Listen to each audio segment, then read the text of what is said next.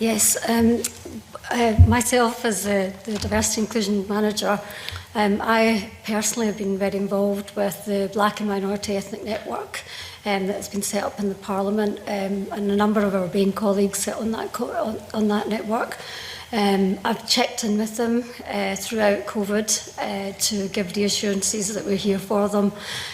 Also providing guidance that the Scottish Government has produced around, for example, helping issues that might be in families, for example, English as a second language, being able to look at COVID guidance in other translated formats. And also there was concerns about, as David has mentioned, around coming back to work. So we have given reassurances about that, and we had the opportunity, David and I, to meet with the BAME network earlier this week to talk through their concerns, and we have some specific actions that we will follow up on the basis of that. I think the main thing was to give them reassurances that our work on diversity hasn't ended. Obviously COVID has impacted on our diversity and inclusion objectives, but we wanted to give reassurances that we are still working towards our commitments to addressing the ethnic diversity of the workforce in the Parliament.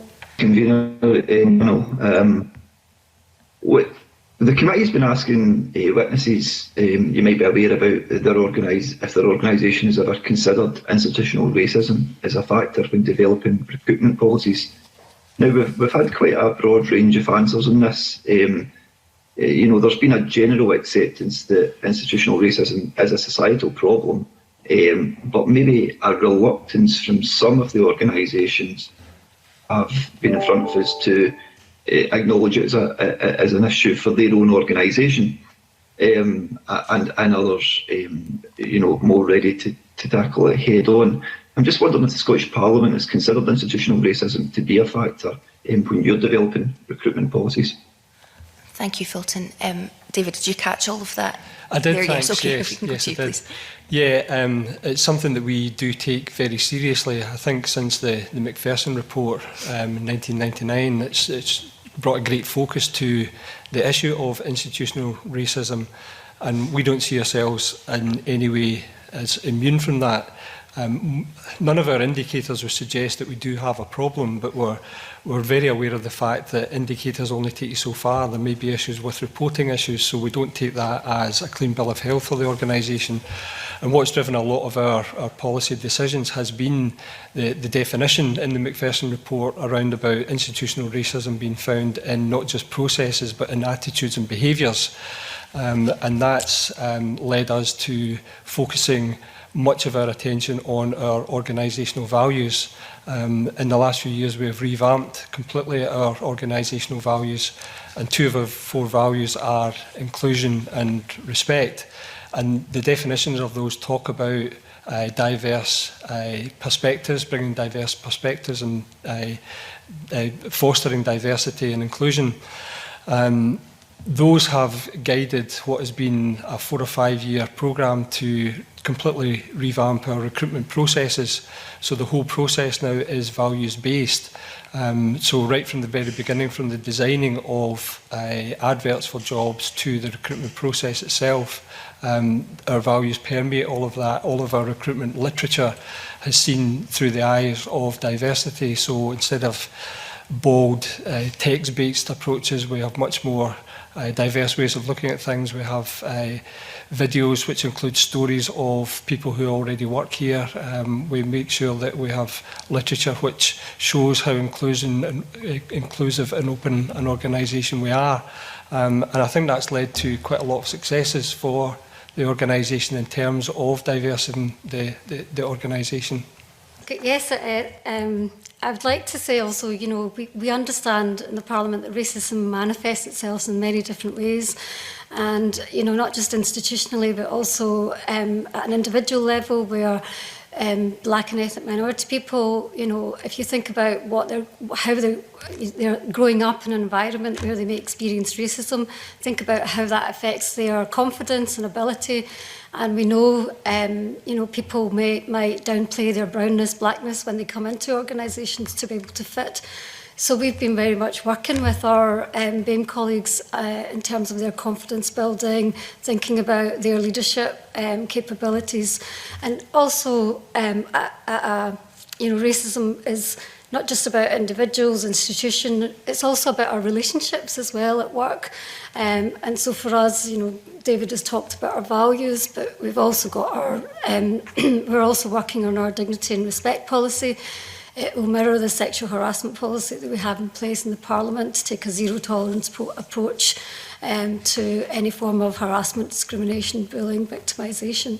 So we look at it at all levels and at a societal level. Cultural barriers, we know that there are cultural barriers in terms of people coming into the Parliament and may have different circumstances around, family funerals and so on, and particular family events. So our special leave policy, for example, accommodates that to make sure that we address the needs of ethnic minority people within Parliament. Thank you, Convener, and good morning, David and Anila. I wanted to ask your views and thoughts on public accountability events, where public authorities would have the opportunity to come along. Committee would be there, stakeholders. It would be an opportunity for committee and stakeholders to question public authorities about the diversity of their workforce and what they're doing to increase the diversity in their workforce, with a view to developing a shared outcome or action plan. Is that something that you would see as beneficial? David. Yeah, I certainly would, yes. I think that's a really interesting idea, and I think it goes back to the lack of complacency that I talked about earlier, where we have metrics that are suggesting or telling us that we don't have a problem. I would like us to see us going to a different level of sophistication, and I think that ability to interact with other organisations, to be held to account for what we're doing, but also to tap into best practice so that we can continue to evolve and improve all of the processes and practices that we put in place. So it is something I would very much welcome. It helps break down barriers in the sense that people might have a perception of the Parliament being white because, the elected membership, there is few black and minority ethnic people within the membership. So sometimes that then people may have a misunderstanding of the diversity within the Parliament itself. So I think from that perspective, to be able to show that we are committed and to demonstrate the work we're doing, and to be able to let organisations and communities know about that, we would very much welcome that opportunity. It's really instructive in terms of their perspective of working in an organisation like this. And one of the things that they brought to my attention I wasn't aware of was a report by the similar network in the Houses of Parliament of Westminster called Stand in My Shoes. And that whole report was about just surfacing how BAME colleagues feel working in a predominantly white organisation. So I think there's a real rich source of information that could guide our participation in an event like that, and it was something that I would quite want to tap into before our participation. Diversity of the parliamentary workforce is a key priority of the SPCB. In terms of increasing the numbers of BAME staff, there has been success through the Parliamentary Apprenticeship Scheme. But what other approaches have been taken and have they been successful? The approaches we've taken have been successful. The apprenticeship scheme is the biggest success area for us, but we recognise that that was bringing people in at entry level and very much younger people as well, and that wasn't adequate for the diversity we want to see right across the organisation. So other things that we've done is we've created a temporary resourcing pool. Previously, our approach to temporary vacancies was very much to use employment agencies, but they weren't giving us the profile of staff that we required. So we've moved away from that completely, and we've created our own temporary resourcing pool, and that's given us access to the ability to make sure that flow of talent coming into the organisation is more diverse than it might otherwise have been. And that's important because quite often these temporary vacancies do evolve into permanent vacancies. So we want to make sure that the people we're bringing in may well be people that will stay with us longer term. Beyond that, we do have ongoing issues with BAME colleagues making their way through the organisation into more senior positions. So that's the main focus for us now that we've had successes at that level of bringing people into the organisation. We're switching our focus now to making sure that people stay with us and are able to progress their careers with us. Would you have anything to add? Or? Yes, just to add to that, I think in addition to our positive action work that we have been doing for Black and minority ethnic people, alongside that we are constantly reviewing and enhancing our recruitment practices. As David mentioned, we've been working on this for 5 years. It's been a long journey for us. I personally am part of the Human Resources Senior Management team. And so therefore I have an opportunity to advise my colleagues who are responsible for recruitment and retention within the Parliament, and that gives me an opportunity to make sure that they are embedding diversity and inclusion into their everyday practices. So, you know, our targets are not a standalone, it's part of our whole recruitment approach. And hopefully, if there will be an opportunity later to talk about recruitment, I can give you more detail about what we're doing in practice. But it is very much a part of our everyday activities. And I think from that point of view, that is all about attracting people from Black and minority ethnic backgrounds and other diverse groups that are underrepresented in the Parliament. David, I wonder if I could just briefly ask you, you mentioned there that there's still a challenge or a lot of work to be done in terms of moving people through the organisation. That would strike me that that's about whoever's recruiting for promoted positions.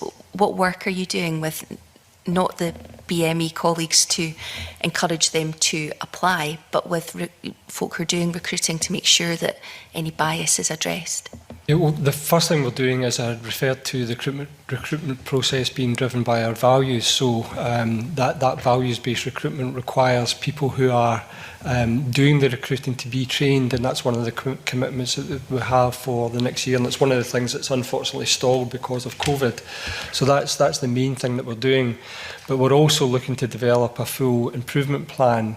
As part of our annual reporting this year, we voluntarily ran a diversity pay gap alongside our gender pay gap, and that showed a gap of 21%, which is quite concerning. So we've committed to an improvement plan which involves leadership development training for BAME colleagues. So that's something that's under construction at the moment. We've also made contact with the John Smith Centre because they announced recently that they are launching a minority ethnic emerging leaders programme. So we're quite keen to partner with them if possible. And I see that as being a two-way process, not just getting people onto the programme that they're running, but offering the Scottish Parliament as a venue for that programme so that BAME colleagues from elsewhere can come into this organisation and experience the work that we offer here. And so I'm hoping that we can have a two-way benefit out of that engagement with the centre. Thank you. It does still sound like it's about the individual employees rather than the organisation, but I did colleagues might want to pick up on that. Gillian Martin. Good morning. I wanted to talk about or to get your view on positive actions and what your analysis is on the positive actions that you've put in place, both from the point of view of how successful they are and getting feedback, not just from those that have come through the recruitment process and been successful, but those who maybe have been unsuccessful. How do you monitor and analyse how successful your positive action measures have been? Yeah, well, firstly, for us, positive action is the only answer to the issues that we've been addressing for the last 4 or 5 years, and I've got no qualms about taking positive action measures in that regard. I don't think the successes that we've had so far would have been delivered any other way, to be quite honest. And just to illustrate that, when we started looking at the profile of the organisation, the BAME profile was sitting just above 1%. Through positive action and only through positive action, we've pushed that up to very close close to 5%. But to me, that's almost like the bare minimum. We're just hitting that national average in Scotland, but that doesn't take account of the fact that the Central Belt, which is where we draw most of our employees from, BAME levels are higher than that, so we've got a lot more to do. Thank you, Convener. Good morning, panel. I'd like to move on to the training aspect of things. You've talked about today how you want a diverse workforce and you want to ensure that they have dignity, respect, and you've also touched on the culture and maybe the perception of the Parliament as an organisation to outside. So when it comes to training of equality and diversity itself, when staff arrive at the building, is there a programme that you would set for them to ensure that they have that?